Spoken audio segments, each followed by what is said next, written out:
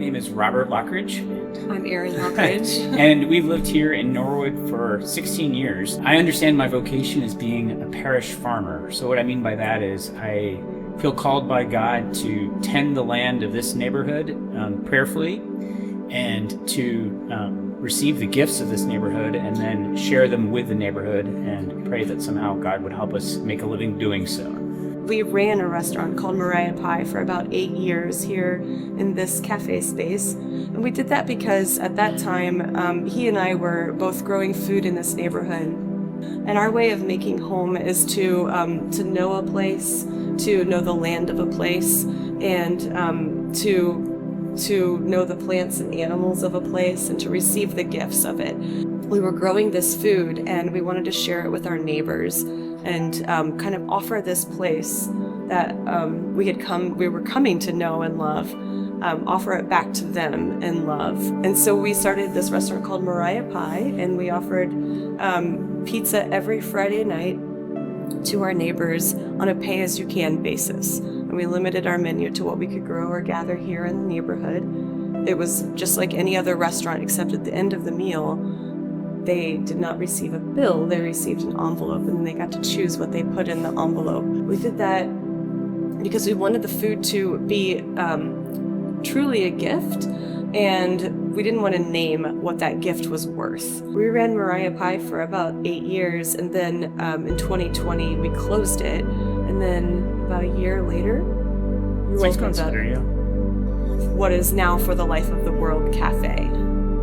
As those following Christ, our life in a small way gets to participate in his life in the offering up of our lives for the life of the world. Be that, a parent, be that as friends, as servants, as people who do work behind the scenes, thinking of janitors, all sorts of people.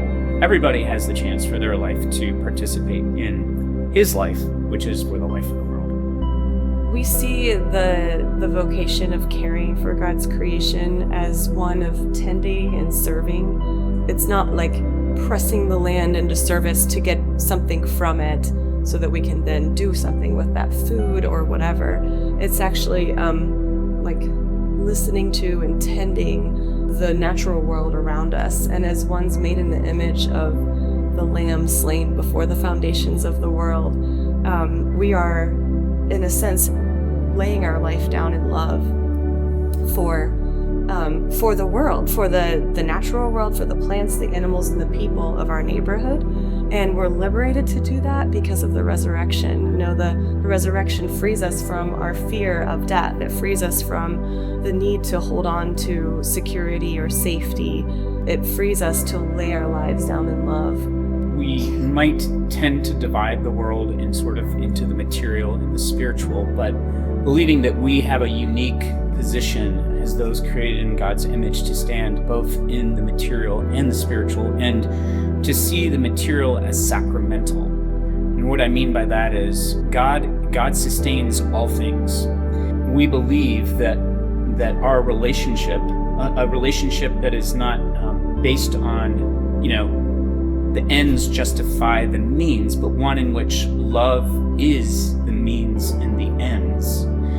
That is a relationship that necessitates us being pressed into places of vulnerability. The way that you care for creation, it has to begin with love and seeing. We have to see the world around us and offer it to God in worship, playing and observing, filling a space with music or laughter or just their joy is a way to love a space. And from love then flows the desire to care.